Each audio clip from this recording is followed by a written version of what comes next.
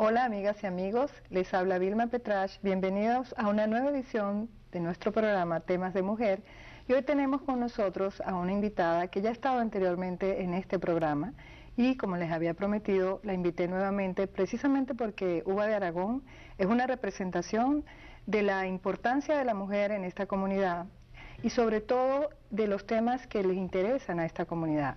Bueno, Uva, bienvenida. Muchas gracias, Vilma, muchas gracias. Recordemos además que, bueno, recientemente celebramos el Día Internacional de la Mujer y yo quiero que sepa que a través de usted, porque usted es una mujer excelente, representativa de esa grandeza de la mujer, de ese cambio de paradigma también de la mujer en el mundo.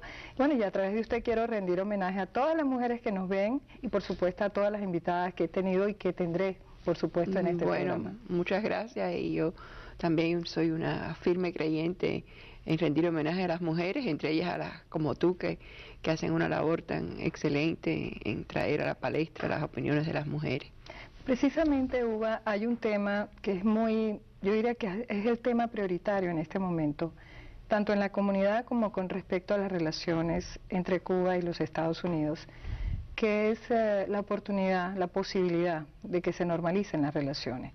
Hay mucha controversia al respecto, usted sabe que hasta ha sido una comunidad dividida precisamente por ese tema y por supuesto las relaciones, bueno, ha habido 50 años prácticamente de relaciones congeladas por el tema del embargo. Entonces quisiera pulsar su opinión sobre esto y ver qué realidad de normalización hay con respecto a esas relaciones entre Cuba y los Estados Unidos, pero antes de eso quisiera que le explicara a esta comunidad que nos escucha, una buena parte de la cual no es cubana, ¿qué es realmente el embargo y por qué algunas personas dicen que el embargo hoy por hoy es una ficción? Bueno, el embargo comenzó, si mal no recuerdo, en el año 60 o 61 como unas sanciones económicas a los Estados Unidos a Cuba, después que Cuba confiscó una serie de propiedades de los Estados Unidos y una serie de medidas que tomó la revolución. Hay que darse cuenta que estábamos además en medio de la Guerra Fría, poco después la revolución declaró su afiliación comunista y dentro de esa Guerra Fría pues todas esas sanciones estuvieron y otras más con el propósito pues de que cambiaran las cosas en Cuba, para decirlo en buen romance, para tumbar el régimen de Fidel Castro. Cambio de régimen, como sí, se le dice cambio ahora. de régimen. Bueno, eso indudablemente que no ha sucedido, el comunismo ha muerto y la revolución ha perdurado. Para los cubanos que vinieron al exilio, que vinimos al exilio, yo creo que los cubanos han tenido éxito en todo, menos en lo que vinieron a hacer, que fue influir en los cambios en su país. Y eso hay que entenderlo dentro de una tradición que en el siglo XIX los independentistas cubanos vinieron a Estados Unidos, entre ellos José Martí, y regresaron a Cuba y llevaron la independencia. Fidel Castro en los años 50 y pico fue a México, desembarcó en el Granma, llevó una revolución a Cuba y había casos anteriores, la revolución del 33, o sea que había una tradición de irse del país y regresar o desde fuera llevar cambio. Los cubanos fracasaron en ese intento y yo creo que han visto el embargo como simbólicamente la victoria que tienen con relación al régimen de Castro. Como una suerte de punto de honor en el enfrentamiento con la dictadura castrista. Pero en mi opinión no se debe ver el embargo como un fin, sino como un medio. El medio era llevar cambios a Cuba. Han pasado 50 años y esos cambios que se aspiraban no han sucedido. Hay que lidiar con una realidad, que la revolución lleva 50 años en Cuba. Esa es la historia de Cuba, eso ya no es una cosa temporal, ya no es una cosa que en 2 o 3 años va a cambiar. Entonces creo que hay que aceptar esa realidad, lidiar con ella y que por lo tanto la política del embargo es una política absolutamente obsoleta hoy en día. Usted diría, Uva, por lo que nos está explicando, que hay que buscar el cambio por otras vías, porque definitivamente esta ha sido una política fracasada. ¿Es eso lo que indudablemente, mira, yo creo que todos los cubanos, o la mayoría de los cubanos, adentro y afuera, siempre aspiramos a una Cuba mejor. Puede que dentro de Cuba aspiren a una Cuba con algunas variaciones de los que algunas personas piensan aquí que aspiran. Pero siempre yo creo que todo el mundo aspira a que haya mejorías. Y creo que lo que debía es intentar de conciliarse las diferencias y no que haya esta constante fricción y confrontación y violencia, aunque incluso verbal. Pero yo a veces me pregunto, Ubay, como observadora externa, el embargo primero pareciera haber perjudicado mucho más evidentemente al pueblo cubano, a las sanciones. Ese tipo de sanciones normalmente hieren más a la población que a los regímenes que tratan de cambiar, y eso se ha probado no solamente en el caso del embargo hacia Cuba, sino en otros casos. En un momento las sanciones contra Irak también tuvieron el mismo, digamos, efecto en la población iraquí. Pero yo quería un poco dentro de ese contexto ver qué realidad de cambio, porque yo creo que, déjeme explicarle brevemente, la diplomacia cubana reciente ha sido verdaderamente ambiciosa, verdaderamente dinámica. Hemos tenido la visita de muchos mandatarios latinoamericanos desde principios desde el año pasado, pero sobre todo desde principios de este año, todos pidiendo lo mismo, algunos de los cuales han logrado la presea de ser retratados, de retratarse con Fidel Castro. Es algo así como el premio más grande que puede recibir el mandatario por esa visita, pero todos expresando esa necesidad de reconciliación. Al mismo tiempo viene Lula da Silva, está de hecho acá en los Estados Unidos conversando con el presidente Obama, y se presume que una de las cosas que va a pedir es el levantamiento de ese embargo. Sin embargo, valga la redundancia, el régimen castrista 1 y 2, o ese conjunto de lo que podríamos llamar el régimen castrista, ha hecho una serie de movimientos que se pueden considerar controversiales.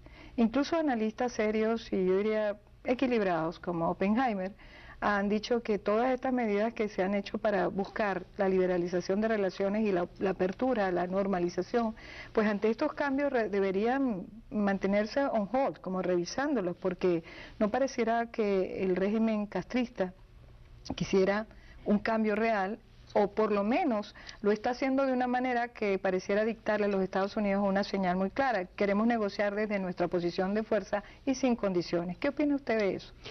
Bueno, indudablemente que hay una teoría de algunos analistas que el régimen cubano no quiere una estabilización o una mejora de las relaciones norteamericanas, y que muchas veces, cada vez que esas relaciones han estado cerca de que Cuba ha hecho algo para que se rompan. Uno de los ejemplos fue durante la administración de Clinton y el derribo de las avionetas. Muchos años anteriores pues fue también con las tropas angolas. Muchas veces. ¿Usted cree que estas purgas pudieran ser señales en esa dirección también? Pudiera, algunos analistas así lo piensan. ¿Qué piensa usted? La lectura de lo que sucede en Cuba es siempre una cosa un poco misteriosa, porque ese es el país en que todo cambia y todo queda igual, y todo tiene lecturas muy complicadas, porque no es la misma transparencia a la que estamos acostumbradas y no está uno dentro, de manera que es difícil.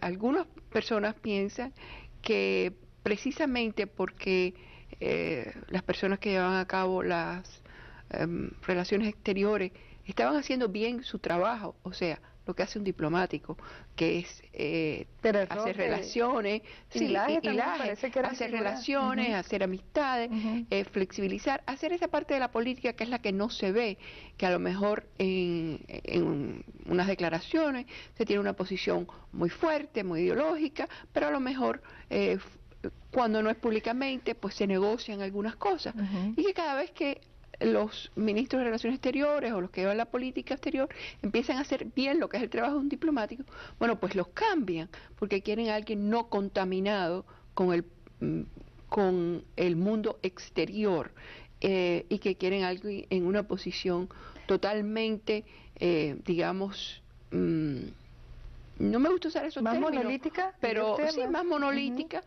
con menos fisuras, ¿no? Y que no esté, que no tenga ese porque que a veces esta relación ya se hacen hasta afectivas Sí. con homólogos, ¿no? Bueno, porque tienen exposure, pues tienen una experiencia internacional, que han Exactamente. tratado con otros líderes, han dialogado con otras personas. Otros analistas piensan que esto Sí. ha sucedido precisamente porque se están preparando para una apertura y quieren tener personas que no hayan tenido, porque si desde el punto de vista externo las posiciones de Pérez Roque han sido pues fuertes muchas Lo que veces, llaman ¿no? un talibán. Él Un ha sido talibán. más, sí. Entonces algunas personas piensan que quieren una imagen limpia y que al contrario, que se están preparando para sí, porque sí quieren una negociación y que ha habido varias señales de Raúl Castro de que quieren negociar con Estados Unidos. Sí, quieren negociar desde una posición de fuerza en el aspecto de que para Cuba siempre su discurso nacionalista, su discurso de soberanía, su discurso de no intervención de los norteamericanos en las cosas internas de Cuba ha sido un discurso no solo en la revolución, sino en realidad ese nacionalismo cubano viene en una tradición. Claro, usted diría que, por ejemplo, la negociación de normalización de relaciones, porque realmente es una negociación con miras a esa normalización que pretende el gobierno castrista, el régimen castrista, tiene que ver también con el hecho de que el subsidio que le representaba a Venezuela hoy está bastante disminuido. Venezuela está pasando una severa crisis su industria petrolera. Su capacidad económica de mantener ese, digamos, socialismo del siglo XXI dispendioso y esa ayuda internacionalista dentro del marco del socialismo que el señor Chávez venía haciendo, pues ya no le va a ser fácil hacerla, de hecho le está haciendo muy difícil.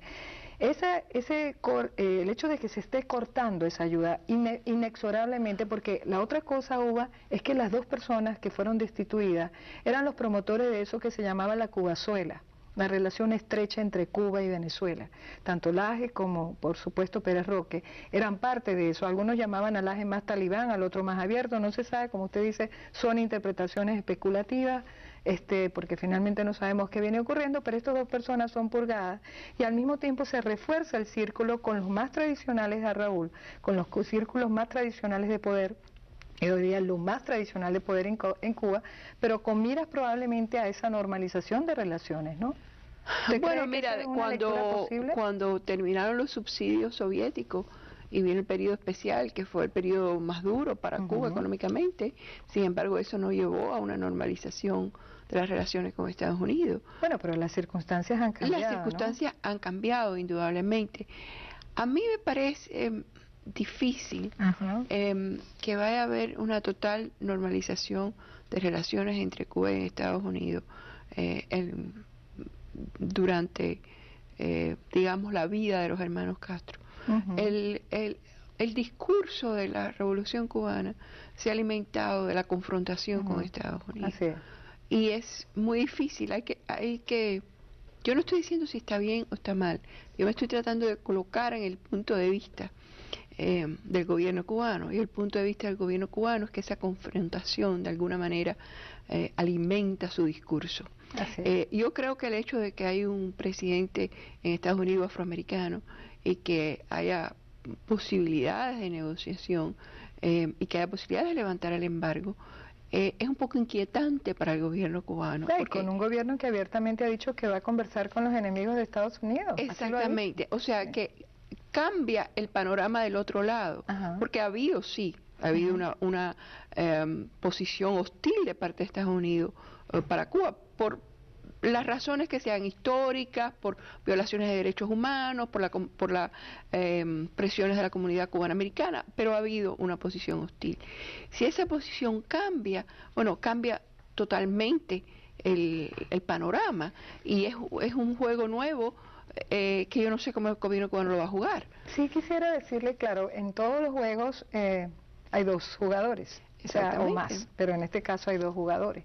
Estados Unidos, el gobierno de Barack Obama ha cumplido con su promesa electoral con respecto a las remesas y los viajes a Cuba, precisamente para no afectar más a la familia cubana. Lo cual aplaudo, y yo estaba abogando y escribiendo a favor de eso, porque me parece que éticamente insostenible, por razones humanitarias, por razones humanitarias y además hasta por razones de los cambios que yo quisiera para Cuba, que yo creo que comienza por la reconciliación del pueblo cubano. Sí. Y que lo que estaba sucediendo antes que cambiaran estas, es que había una reconciliación de abajo hacia arriba, de familia a familia, de persona a persona, de pueblo, y estoy hablando de los cubanos en ambos lados. Y creo que eso es importantísimo. Bueno, antes de seguir con el tema que le quería preguntar, que era precisamente si esa señal era una señal que, ¿por qué no había reaccionado el gobierno castrista a estas medidas? No han escrito, no han dicho nada. También quería decirle a la comunidad que yo creo que usted es un ejemplo de esa reconciliación. Usted se reconcilió con su cubanidad fracturada. Y eso es una cosa que es un principio muy importante desde el punto de vista individual con respecto a cómo uno se aproxima a una sociedad polarizada, ¿no? Mira, Vilma, yo me fui a Cuba con mucho miedo, mi padre perseguido, y estuve 40 años sin ir a mi país, y regresé en el 99, he ido varias veces, y bueno, confirmé una cosa que ya yo tenía duda: ese es mi país y vale la pena. Yo no tengo el más mínimo odio, el más mínimo resentimiento, esa es mi historia, con lo que hay de malo y de bueno, y yo la tengo que aceptar. No pienso en estos momentos en todo lo que nos divide, sino lo que nos une, en abrir espacios en ambos lados, en tender puentes de ambos lados. Usted diría, más allá de lo que es el régimen castrista, es mirar a la sociedad cubana y a sus posibilidades de reunificación desde el punto de vista a la nación humano. Cubana. Sí. Nos unen muchas cosas, una historia común, una cultura común, unas aspiraciones comunes y una humanidad común. Las personas aquí y allá se enamoran, se desenamoran, tienen padres mayores, tienen hijos, tienen sueños, tienen miedo, y tenemos unos puntos de referencia yo creo que usted tiene razón en un sentido, tal vez porque yo vengo de una sociedad que hoy está viviendo el drama de la polarización. Uno tiende a demonizar al otro. Hemos hecho eso mucho. Y en consecuencia las oportunidades de diálogo se rompen. Y además hubo 20 años en que Cuba estuvo como en un hueco negro, que no había prácticamente una fotografía de Cuba.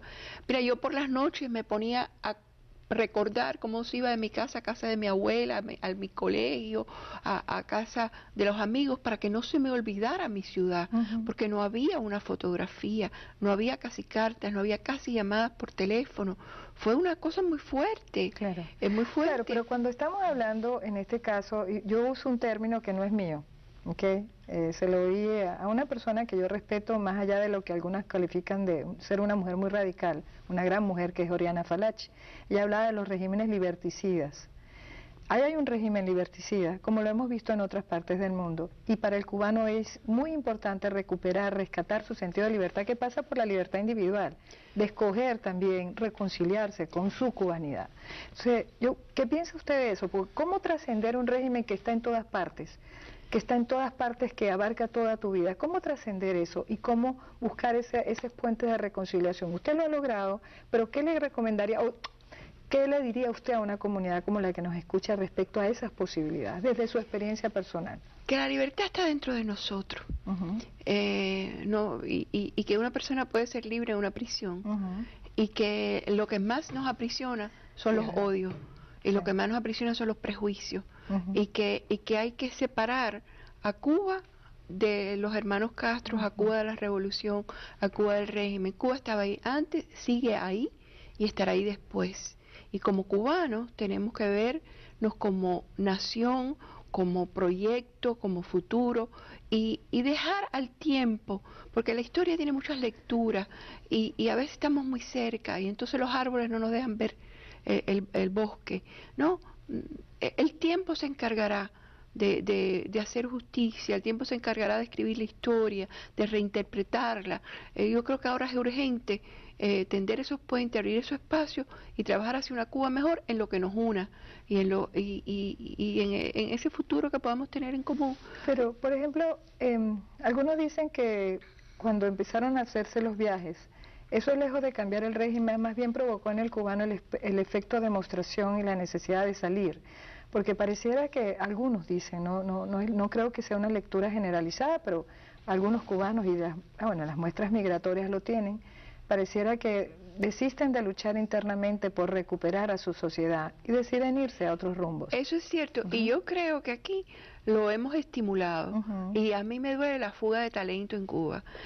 Claro, si yo estoy aquí, yo no le puedo decir al cubano que quiera aspirar a otras oportunidades que no se vaya de Cuba, pero yo sí quisiera que no todo el mundo que vale se fuera de Cuba, porque ese país necesita de la gente con talento y de la gente buena y de la gente que trabaje allí y de la gente que mire al futuro de ese país. Okay, pero ahora el factor interviniente del régimen. El régimen ha hecho medidas que son consideradas controversiales, estas purgas recientes que realmente recuerdan a lo peor del estalinismo, esas cartas realmente que a mí me causaron a mí escozor, también me causaron, yo diría, una gran, profunda tristeza ver eso a las alturas del siglo XXI, y que en una sociedad que presuntamente, o en un país, en un gobierno que presuntamente está buscando puentes y está utilizando a todas estas campañas internacionales, visitas de presidente, y seguramente en la Cumbre de las Américas el señor Barack Obama va a ser presionado y va a tener que hacer algún pronunciamiento al respecto, ahora en abril, porque hay una presión internacional, pero pareciera que el gobierno quiere hacerlo sin dar nada a cambio. ¿Qué cree usted? ¿Qué posibilidades? ¿Puede hacerse en esas condiciones? Acépteme tal como soy y no pienso cambiar en absoluto, porque yo creo que el gobierno americano está dando pruebas de que ellos quieren normalizar o por lo menos quitarse de encima un problema, porque el problema de seguridad mayor para los Estados Unidos hoy por hoy no es Cuba, es México, desde el punto de vista de la seguridad nacional en su frontera, ¿no? Mira, yo creo que sí, porque yo creo que es un poco una cuestión como de orgullo, de honor, como decir, bueno, tú tienes que dar un primer paso para que yo dé el otro, y quién es el primero que mueve ficha. Bueno, si uno cree en la superioridad moral de los sistemas democráticos, en la superioridad moral de las libertades, en la superioridad del libre intercambio comercial, entonces vamos a abrir todos esos puentes y entonces vamos a pensar que esos puentes, que esos cambios van a traer cambios en Cuba en el momento que hagan falta. Claro, no pongamos condiciones, pretextos, ¿no? Sí, exactamente, sí. Exactamente. No tengo que decir, bueno, tú tienes que hacer el cambio antes que yo. No. ¿Por qué? Si los Estados Unidos es un país muy grande, Cuba es una isla pequeña, si se empecinan en que no van a hacer ningún cambio, déjenlo. Seamos más grandes que ellos. Haga los Estados Unidos, quite el embargo. Pero no sigan castigando a la población cubana. Claro tanto que de no, acá de la Florida claro como que no. Piensen en el pueblo cubano, quiten el embargo, abran los viajes. Mientras más se abra la isla, y el Papa lo pidió en el 98, mejor para los cubanos. Yo me imagino que también deberíamos pedirle que en eso se incluyan a todos los cubanos, incluyendo al exilio histórico, que pueda volver a Cuba. Hay indudablemente. que no las dejan entrar a Cuba simplemente porque son parte de ese exilio claramente, si yo le voy a dar permiso a todos los cubanos a ir, yo tengo más, y a los americanos, yo tengo más moral para reclamar que Cuba también le dé permiso a todos a entrar. Bueno, amigas y amigos, y con este tema tan importante, tan clave, y con una mujer tan extraordinaria que de hecho ha reconciliado en ella a esa cubanidad fracturada, creo que ustedes para una próxima edición de nuestro programa Temas de Mujer, donde espero tener a otra mujer de calidad humana, de calidad intelectual, de calidad profesional, como Uva de Aragón. Bueno, y no olviden escribirnos a temasdemujer@gmail.com con sus comentarios. Gracias por estar con nosotros. Gracias, Vilma, muchas gracias. Me gusta.